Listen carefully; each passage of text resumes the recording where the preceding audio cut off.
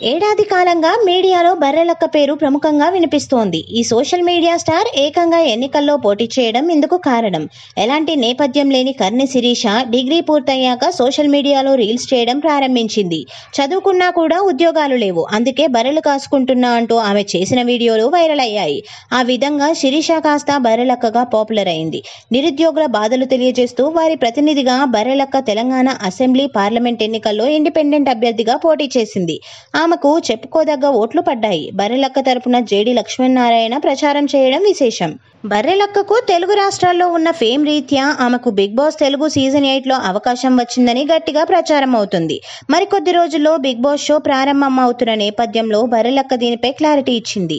బర్రెలక్క మాట్లాడుతూ, ఈ మధ్య చాలా మంది నన్ను అక్క మీరు బిగ్ బాస్ షోకి వెళ్తున్నారా అని అడుగుతున్నారు.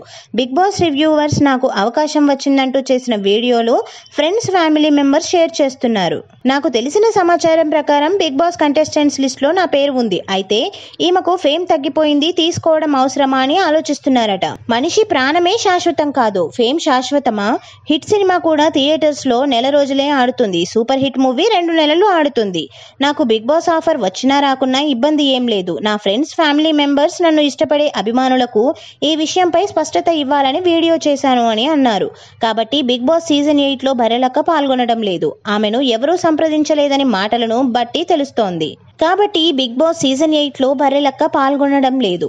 ఆమెను ఎవరూ సంప్రదించలేదని మాటలను బట్టి తెలుస్తోంది. అలాగే పరువు హత్య బాధితురాలు అమృత ప్రణయ్ సైతం బిగ్ బాస్ షోలో కంటెస్ట్ చేస్తోంది అంటూ ప్రచారం జరిగింది.